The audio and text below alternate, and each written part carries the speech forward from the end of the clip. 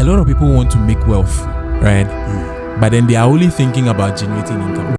Do you always need a capital to start a business? You don't always need money to start a business. Sometimes all you need is... So we don't go into business with the aim of making money alone. No. We go into the business with the aim of... The whole idea of our public education system, where it's coming from, was to create workers, to create people that take orders. You are going to get me in trouble with this. I know. Is there any difference between who an entrepreneur is and who a business owner is? You know, just by cutting into the supply chain, Dangote build his empire. Just by cutting into the supply chain. The big question for anyone who comes on this podcast: what is your general perception of the true meaning of life? University of Life Podcast. Hi, students of greatness. My name is Lee, and this is University of Life Podcast. Today, our conversation is on the minds of many Ghanaians, especially those of you who are willing to start your own business. To those of you who have your own business, but you don't know how to scale and how to build it. I have a special guest in the studio. His name is T.K Sarso, a business consultant, a musician, and a software developer. He has trained a lot of businesses and companies and individuals. And then most of the businesses that he has worked with have thrived over the years. Join us as I introduce my guest for today. Welcome, sir. Thank you so much, Lee. Mr. T.K Sarso. Did I get it right? Oh, that's exactly it. Okay. That's exactly right. So before we dive into the whole conversation, I would like for you to introduce yourself a little bit in case someone watching is getting the opportunity to hear you for the first time or to see you for the first time. Who is Mr. T.K Sarso?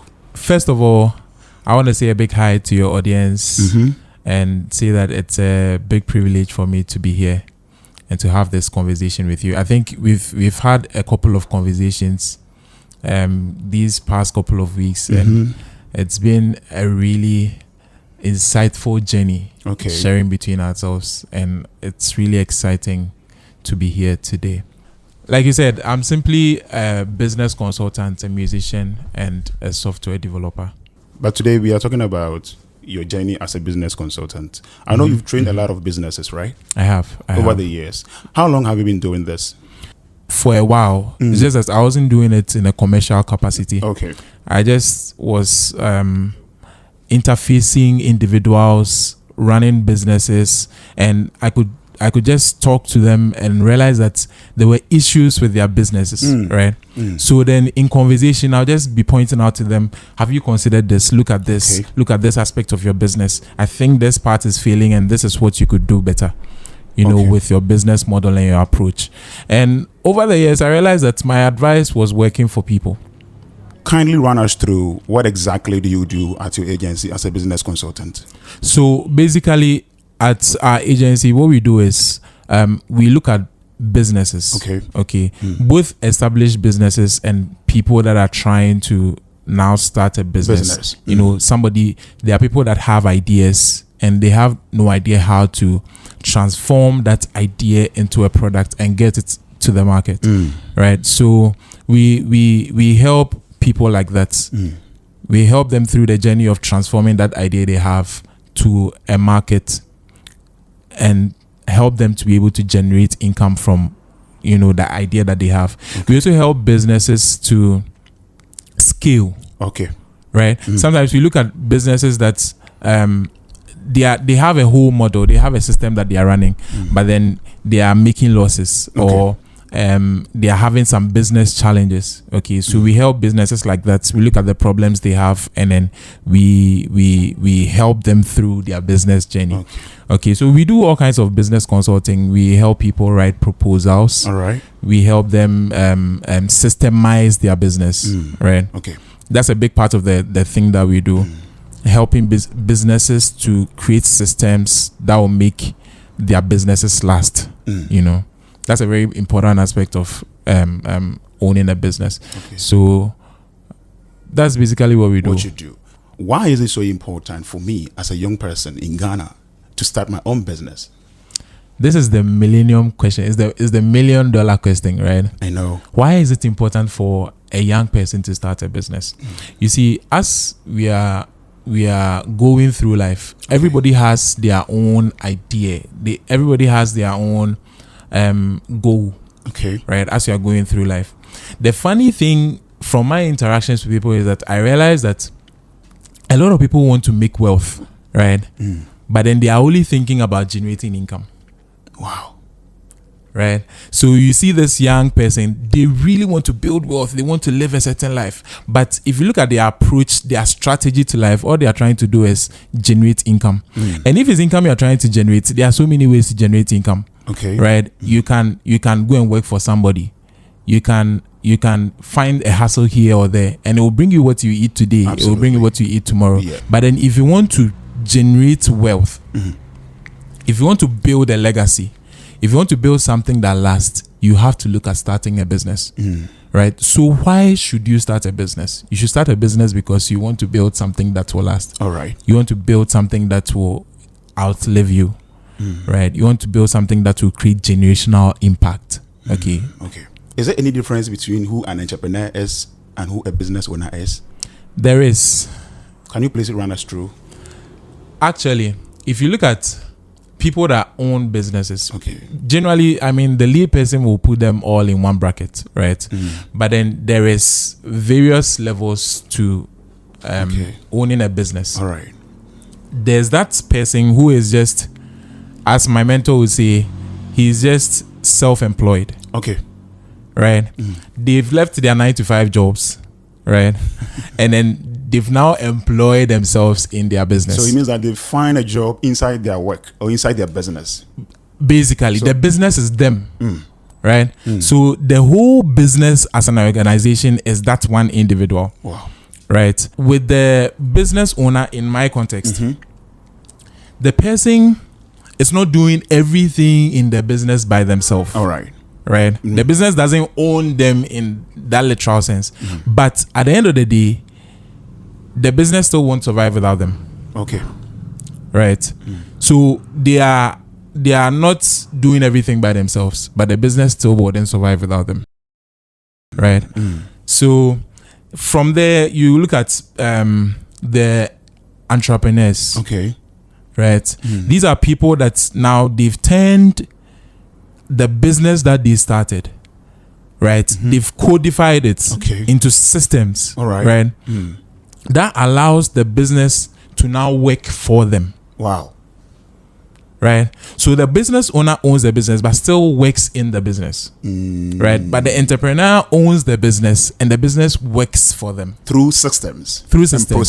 And processes. Wow. Interesting. Right? So that's the classifications that I give to business owners. Okay. In your context, can anyone literally be an entrepreneur or a business owner? Basically. Anyone at all? Anyone can. The interesting thing about this question that you're asking for me is that, you see, if you are a living, breathing person, and then you are just walking on the face of this earth, you are a business owner. Wow. You are running a business. And that business is your brand, right? Every day when you get up and then you wake up, get out of bed, and then you step into the world, you are selling yourself, right? So as you are walking the earth, you are a business. And how you are managing yourself, whether it's intentional or unintentional, amounts to how you are running that business. Yeah. So whether you have a separate business that is generating income or not, you are already running a business. So why not just start another business? Wow. Anybody can be a business owner, in my view. In Ghana, right from day one, going through the education system, it prepares you to become a job seeker. So after completing, let's say, university, you now become a job hunter. I want to ask you, how then do we become successful business owners with this kind of education that we are being fed with in our part of the world? Lee, this question that you just asked is you are going to get me in trouble with this. I know. I know. Because the answer that comes to mind is a very unpopular one. You see, to answer this question, let me just give you a little background. All right. The education system that we have, is fundamentally designed to create workers. Okay. Let me give you a little background on the education system that we have. Okay. Our education system is based on a system that was pioneered by the Kingdom of Prussia. Right? It's called the Prussian education system. You can just look into it. And in Prussia in the 1800s, in a war-torn Europe, right? They lost the battle to Napoleon. I think in 1808, right? And then they looked into the details of the battle and they realized that the reason why they lost the battle was that the people weren't following orders. Okay. So they decided, how do we stop this? Let's create a system that will create mindless people that will follow orders. In order to benefit the government. Right? So then they created this whole system to create people to believe absolutely in the government, not to like create a conspiracy theory, but then the whole idea of our public education system, where it's coming from, was to create workers, to create people that take orders. A critical part of the education system plan was to remove critical thinking. I see. Right? That is what our education system is based on. So then if you look at the education system that we are even running today, if you go to the university, anybody ask you, what are you doing in the university? You tell them, I'm doing this course. The next question they are going to ask you, what are you going to do with that? What work are you going to do with that? Because that's what everybody is looking at. This course you are doing, what work are you going to get? This education you are receiving, where is it going to put you? What kind of job will it give you? Right? That's a fundamental flaw, right? That's where we are coming from. And that's what really hinders us when you now have to like expand your mental faculties into starting a business. So in order to survive the system, what you have to do is you have to re-educate yourself. You have to re-educate yourself. You have to take your education into your own hands, right? And you have to expand your perspectives. You have to evaluate the things that you have learned. You have to look at other perspectives. The interesting thing about this dispensation is that information is so ubiquitous. You can find information literally everywhere. Right? So even the education system, like in the question that you asked, it's not that much of a stumbling block, right? Because education is literally in your hand. Can you believe that if you have access to Google today, you have access to more information than George Bush had as the American president. I mean, think about that, right? Information is so ubiquitous right now, right? So all you have to do is just find the right information, right? Reevaluate what you already know. Expand on it. Grow your perspectives. And apply the knowledge to get the best results out of it. The education system won't do that for you. You have to do that yourself. Our education system is not all that bad. I wouldn't say it's all that bad. It's not. It has its purposes. Let me put it that way. Before they come for me. So let's look at the challenges. While I was preparing for this particular conversation, I was looking at some of the challenges in our part of the world. The reason why people don't start businesses, and the first on my list was the fear of failure. Oh my God, Lee, that's a big one. Of failure. That's a big one. What advice do you give to someone with that mindset? Probably they have everything it takes to start a business. The only challenge, the only barrier is the fear of failure. You see, failure itself is not a problem. Failure itself is an integral part of the learning process. Right? If you look at the concept of learning, the only way learning happens is through failure. Right?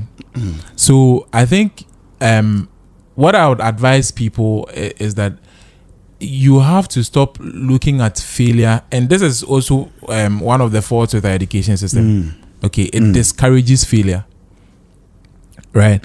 But then this is one of the areas you have to retrain yourself. Failure is not the end. failure is part of the journey. Failure is how you grow. Wow. Right? So if you want to actually achieve anything, you have to be ready to embrace failure. Wow. You have to be ready to fail and fail forward. Right? So failure is not something that should stop you in your attempts to start a business. It's actually something that you should expect. Expect it. Yes. Expect to fail. If you look at the model of the world, nothing works without failure. Yeah. Nobody did anything and did it excellently or flawlessly without any room for failure. When you're learning to walk, you had to fail a few times. Learning to talk, you fail a few times. Right? Learning any skill, nobody is an expert the first time they try any skill. Wow. You have to fail a few times. Otherwise, growth won't happen. To buttress with what you're saying, I can feel even in the history of invention, most successful inventions we see today were birthed out of failure. Yeah. So it means that we should embrace failure, right? Failure is your friend. I think that's the easiest way to put it. Most people have given up on great business ideas because of lack of capital. I know a lot of people that I've been talking to, they have great business ideas. But after having a conversation with them, the only thing that is stopping them is that they are looking for capital. Do you always need a capital to start a business? Yes, you do need capital. You do need capital. But you don't necessarily need money. No, repeat that. You said you need capital. You need capital. But you don't need money. You don't necessarily need money to start a business. Yeah. Break it down. But you need capital. You see, there are fundamentally 3 types of capital. Okay. I mean, there are more. I mean, we are not trying to be technical about it, right? But the way I look at it, there are 3 fundamental capitals that everybody has, right? Or when we are thinking about capital, these are the 3 things we think about. The first one is what everybody considers to be capital: money, right? So there's money. There is the second one, time, right? Which is actually the first capital, because everybody is born with time. Time is the fundamental capital. Everyone has time. We all have 24 hours, right? Yes. Time is your fundamental capital. Even you go through school, everything, you are going to find a job. The thing that you are going to trade with is 2 things: your time and your knowledge. Your time and your knowledge. That's what you are going to trade for money, right? So I think the principal capital is time. Okay. If you have time, you can always generate money, right? Then the second one is money, right? Then the third one I would like to buttress is network. Okay. You don't always need money to start a business. Sometimes all you need is time. Interesting. And there are many examples. You can start a dropshipping business today, and all you need is time to do your research, find your products. And you are in business. Right? As simple as that. As simple as that. But do people know this? Do they know about this? Is it because of lack of knowledge, ignorance that is keeping our people with this? Because this mentality is in a lot of Ghanaians' minds. Lack of capital is what is stopping a lot of people. So I really can feel that whatever you are putting out there is going to help a lot of people to really get to understand that you really need capital, but you don't necessarily need money. It doesn't necessarily have to be money. You see, even with money, if this was a more technical breakdown into how to raise money for your business, I would have outlined a number of things. But then just to give an overview, you don't necessarily have to start a business with your own money. There are many ways to raise money, right? If you don't have money and you have a good idea, it's a perfect starting point. That's all you need.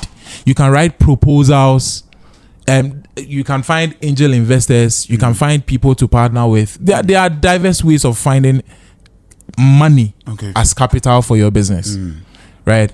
But if you don't have money and you have an idea, time can be your main capital too. You spoke about time. I spoke about relationships. You spoke about networking, right? Networking. And the last thing I want to add is knowledge. You can actually trade in knowledge, right? And then create money. Wow. Right now, what we are doing is we are trading in knowledge. this moment, as we are sitting here, it's knowledge that we are peddling. Absolutely. Knowledge is our business. Okay. So you can become a knowledge merchant, right? You don't need money to become a knowledge merchant. All you need is a smartphone. Wow. Wow. It's that simple. It's that simple. It's that simple. One of the contributing factors that we can talk out of this conversation is other people's experiences. Most people don't have the appetite for business because of stories from other, known business owners. In our part of the world, we hear stories of businesses failing. We hear stories of other people's worst experiences. Could that also be a contributing factor? It could be. It could be. I mean, it is. It is if you are looking at what is happening on the ground. But you see, Lee, I always say that bad press, there's this saying that they say that bad press has more press. Right? If you go on, if you listen to stories, basically as people, we like peddling negative stories. Right? Imagine that somebody comes to you, hey, do you know what has happened to your friend Lee? The most instinctive thing you'll be waiting to hear is bad news. You see, that is instinctive to us. It's true. Bad news travels really fast. So if you want to be an entrepreneur, this is one of the things you have to unlearn. You have to find your information yourself. Right? There are many good stories out there. There are many success stories out there. You just need to feed yourself with the right information. Right? But I would say it's a contributing factor. It's one of the things that holds many people back, but it shouldn't. Now let's look at how to really start the business. And I know there are a lot of things that comes into mind, from the idea stage to whatever stage to scaling. Run us through, typically, what are the strategies every young person who wants to be an entrepreneur must follow to be able to thrive through?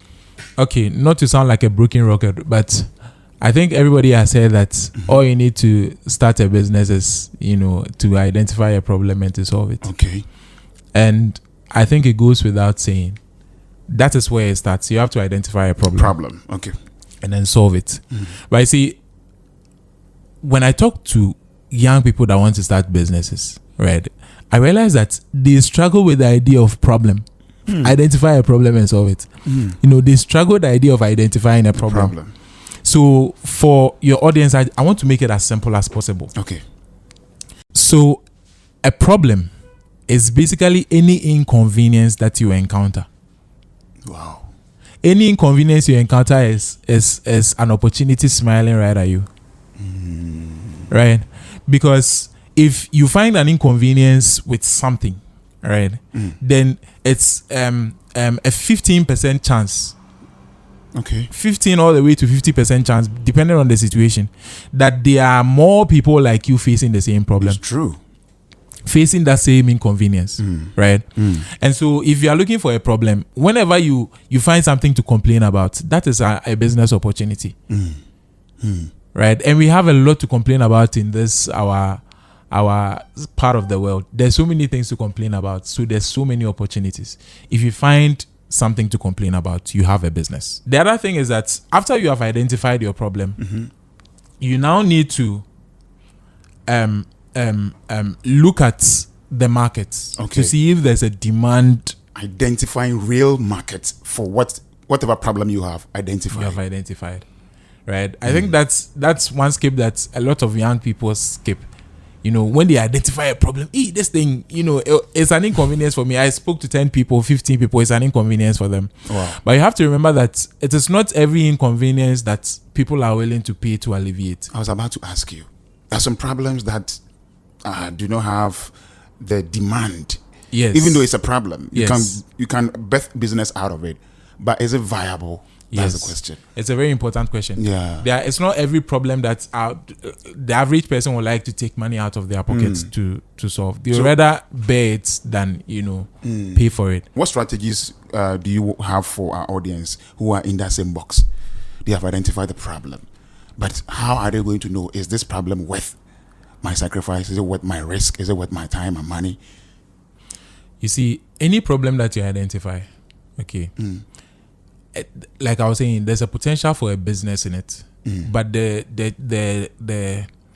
challenge with monetizing it it varies with the problem, like we are talking about. Okay. You could find a problem and find that the market doesn't want to pay for it, right? Yeah. But then if you could just think through, like I was saying, the mind doesn't have any inherent concept of value, and create a perceived value, people will buy.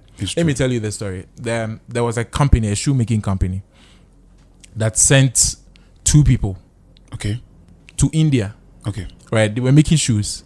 And then they sent 2 people to India to go and find market for their shoes, right? Very remote parts of India. And the first person went, and then you realized that the whole town, nobody was wearing shoes. Wow. Right? The whole town, nobody was wearing shoes. They were wearing barefooted. They would go to the farm, come back. They were living their lives comfortably. Right? And he looked at the problem and was like, Charlie, nobody will buy these shoes. Interesting. So he tried to sell it to them, and people were like, I don't see why I need this. Wow. Right? Wow. And so he wrote his whole market report. Right? That this place, we are not going to make any money from here because nobody needs a shoe. Wow. Right? And then they sent the second person to go and investigate. And when the second person went, he looked at the same problem, right? Wow. And then he decided that he was going to, he adopted a whole different approach. Okay. So what he did was he started giving away shoes. So he created a sample, took some samples to them, and then said, oh, a gift for you. A gift for you, a gift for you, right? To some of the most influential people in the community. Wow.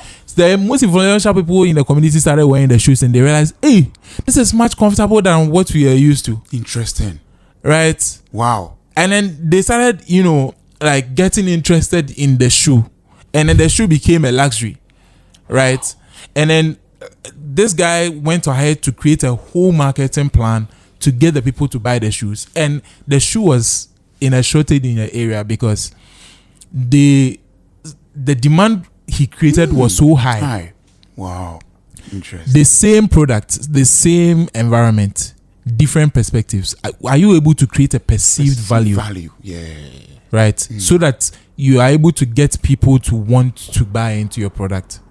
It doesn't matter what the idea is. Wow. You can make money out of it. People are selling all kinds of things online that you think about it and be like, hey, this doesn't make any sense. But they are selling it. They are making money.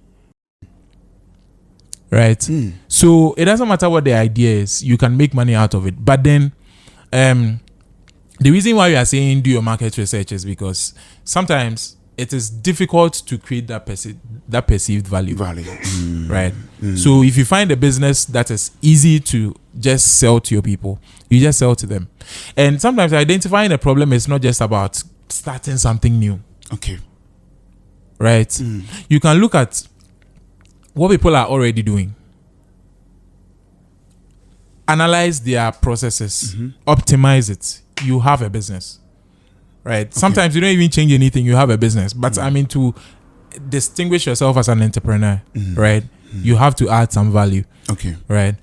So that's how I'll say. And when you're looking at starting a business, there are 3 things you should look at. Okay. It's either 2 things. It's either you are offering a product or a service, right? It's either your solution is a product or it's a service, right? So you have to look at things that you can make to help people, help alleviate inconveniences, or things that you can do for people to help alleviate inconveniences. If you want to talk about identifying problems and creating solutions, that is a whole block.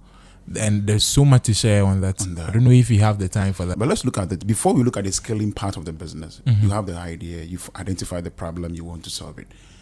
The business will get to a point where you want to scale it. I would want us to talk about it because it is one of the nightmares of many young people who want to go into entrepreneurship. But let's look at this.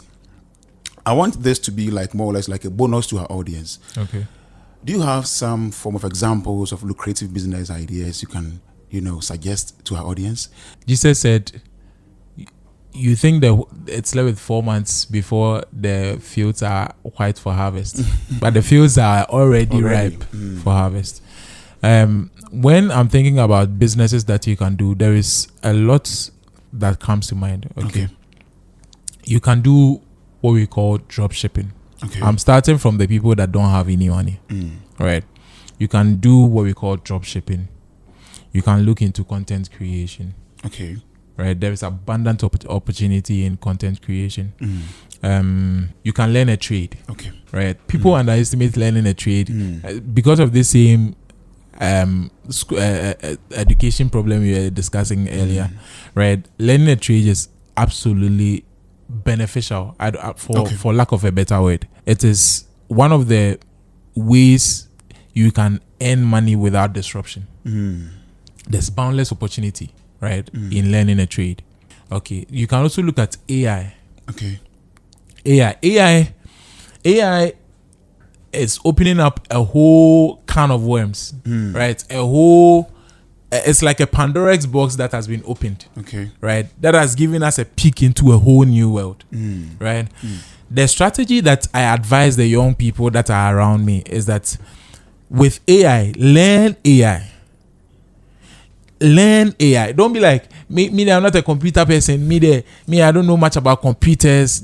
I don't, Learn AI and look at what they are using AI to do in the Western world, okay, or in other parts of the world, not just in the Western world, in other parts of the world. Then you copy, you contextualize, okay, and then you paste in the African market, because the African market is ripe for AI. Wow. The African market is ready for technology. The good thing is you don't have to start from a blank slate. There are many examples already laid out. You just have to now adapt those things to the African market. Wow. Right? So I would advise people to learn AI. Right? Look at what the context that they are being applied in, and then, build solutions with AI. So I've spoken about a number of things. I'm not really keeping track, but then I've spoken about a number of things. Yeah. Another thing that's I think is worth looking into is importing stuff. Okay. Importation. Right. Importation. I mean, a lot of people are running these pre-order groups. I'm sure pretty soon it will be out of fashion, but right now it is something that is a lucrative venture that you can go into. Okay. Thank you so much. You've been having encounters with so many business owners because you're a consultant. You've had a chance to talk to a lot of small business owners. What are some of the little mistakes that you think small business owners in Ghana make? Oh my God. There's a lot. There's a lot to talk about. There's a lot. You talk to businesses and you realize that, okay, when we're talking about how to start a business, there are a number of things we didn't mention. But then you realize that people go into business and then they found a problem to solve. They've created a solution for the problem, right? But they didn't do basic accounting stuff. Okay. Like doing the market, there's something you call a market feasibility research. Okay. Right? Where you look at the market, look at how they behave, look at whether or not they will want your product, and look at how much they'll be willing to pay for your product. Wow. Right? This is something that you have to learn. You have to understand basically before you go into business. Right? For example, when you are starting a business, you have to know something that we call your break-even point. Okay. Right? Your break-even point is the amount of money that you need to generate. Okay. Monthly. Right? That will ensure that you are not making profits, but then you are not making any losses. You are getting your principal back. Right? Yeah. A lot of businesses that we've consulted for, we do the analysis of the business and realize that they went into the business. They've been running the business for 5 years. They have no idea whether what they are selling, they are breaking even, they are making losses, or they are making profits. They are just stuck in between. They don't know. They don't know at all. Is it their fault? They have no idea. I think it's lack of training. You see, when people are going into business, they don't study. Right? They don't study. And a lot of businesses don't see the reason why they should go to a consultant. I want us to talk about that. You said it is because of lack of training. But these people are not willing to pay for the service of a consultant. I'm telling you, Lee. do we have people like you in our part of the world who are reliable? For people who suggest chance on any business consultant that this is what I want to do and I need you to guide me through the process. Are you people accessible at all? There is a lot of business consultants. There is a lot of, not knowing, I know even about 4 business consulting agencies in Kumasi, right? Well, it's my space, so I know my competitors. Well, you found me. What about the rest? What happened to Don't the rest? Look for the rest. I like that. That was just by the way. So business consultants are everywhere, right? They are everywhere. You can find them everywhere. There's a lot of business consultants. In few seconds, to somebody watching us who has heard you and is willing to put his business in the hands of a consultant to lead or to train, why the need for a business consultant? Apart from all the things you have talked about, why the need for a consultant? There's a need for a consultant because, you see, when you are building a business, a lot of people build businesses with a mindset of generating income. And it ends there, right? But I usually say that if you are building a business, you have to build something that you can package and sell. So we don't go into business with the aim of making money alone. No. We go into the business with the aim of providing sustainable value. Interesting. I like this. Right? A lot of people are ignorant about this. You know that? Yes, because in our part of the world, a lot of people just want something to eat. And they run a business and then you realize that they are making some money and then they are still in the survival mode. Wow. The mind is still thinking, okay, let me get a little more, let me get a little more, let me get a little more. But they don't think about 500 years later, would people still be getting value out of what I'm creating now? People don't think about that. And I think that is one place that business consultants are needed more and more in our time to help people systemize and build things that last. Okay. The Bible says that in the multitude of counsel there is safety. Wow. Right. Wow. So if you are going to, the more counsel you get, the more safe and the more you can build something that is more lasting. Right. You see, Solomon wanted to build the temple of God. Right. Yeah. And he realized that he needed expert craftsmen that will be able to do some certain aspect of the woodwork. Do you know what he did? Solomon was the wisest man in the East at the time, right? Yeah. But instead of he saying, okay, let me learn how to like do this crafting, let me get people to learn how to do this, he went to another tribe that were not Israelites, paid them handsomely to cut the wood, bring it and come and do the carving for the temple. Wow. And by so doing, he got the most excellence out of it. Sometimes you don't have to rely on just what you know to build your business. You have to get the right experts to bring their knowledge to the table to help you. Scaling the business. Okay. Now the business is running. In many Ghanaian contexts, it's about opening branches. Having a lot of branches means that you are really scaling the business. Or it's all about building systems and processes. So scaling a business is basically becoming more profitable. Okay. It's becoming more profitable. Okay. It means a lot of different things for a lot of different businesses. For a business, scaling the business might actually be opening more branches, right? For another business, scaling the business might be cutting into the supply chain. Okay. Do you know, just by cutting into the supply chain, Dangote built his empire. Interesting. Just by cutting into a supply chain. Right? That's how he's killed his break it down. Cutting into the supply chain. A lot of people are ignorant about this. Break it down for us. What does it mean? So, what that means basically, right, is that let's say you are selling eggs, right? Somebody selling kusiani meku, right? Yeah. The kusiani meku person is probably buying the eggs from town. Okay. Right. The town people are buying eggs from the farms. Okay. Let's see. Okay. Right. The poultry farms.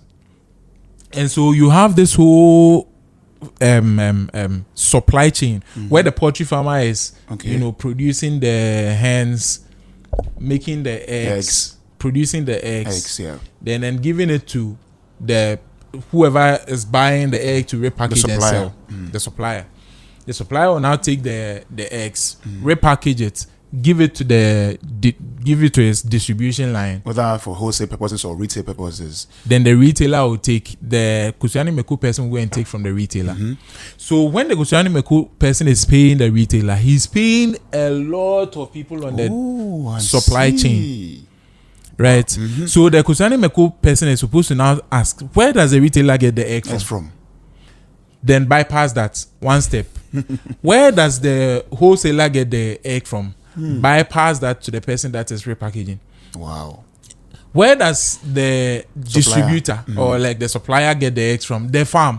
So then the Kusiani Meku person can bypass all these people and get the eggs from the farm. Okay. Then ask, where is the farmer getting the eggs from? So the Kusiani Meku can scale the business in the sense that you will now create a farm, a poultry farm, to produce the eggs, sell the Kusiani Meku, and now start distributing to wholesalers. So that then now, instead of just selling Kusiani Meku, she's now owning part of the value chain and now providing value in the value chain. Interesting. Right? But if she's just selling, she's paying all these people. Okay, I see. Wow. You see, maybe Kusiani Meku is not a very good example, but then whatever situation that you are in, the business that you are running. Could you also relate it to a service provider? For example. Yeah. For example. What you do, a media house. Yeah. Right.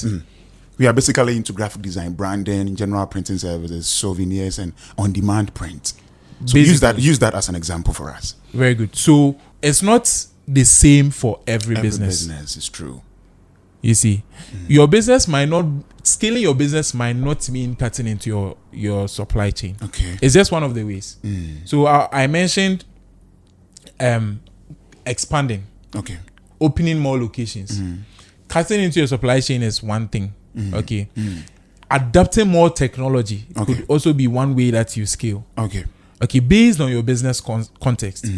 This is the reason why you need a business consultant. Wow. Right? So you can look at identify which kind of business to give you the possibility of you scaling it the right way, right? Yes. So in your media production enterprise, maybe your own is not to cut into your supply chain. Okay. Because maybe even the stuff that you use is just a one-time thing that you buy and then you don't have to buy it anymore. Yeah. Right? Yeah.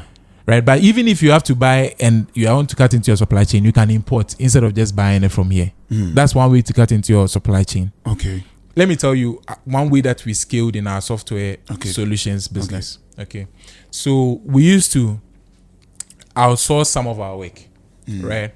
We get SaaS projects, we get websites, we get e-commerce sites, and I mean all of these projects come, and then if the work is too much, we just outsource some of the work to other programmers to do. All right. Then AI came.